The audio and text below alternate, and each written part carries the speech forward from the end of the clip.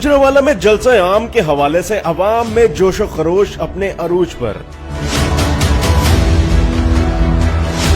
जलसा आम से कबल कॉर्नर मीटिंग्स ही जलसा आम का मंजर पेश कर रही हैं और मुख्तदर हलकों में कोहराम मच गया है।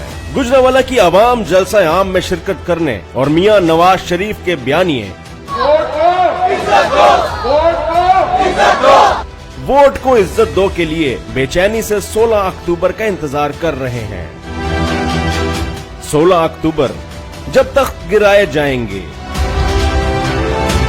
जब ताज उछाले जाएंगे, अब टूट गिरेंगी जंजीरें, अब जिंदानों की खैर नहीं, वोट को इज्जत दो, जलसा आम गुजरांवाला 16 अक्टूबर। वोट को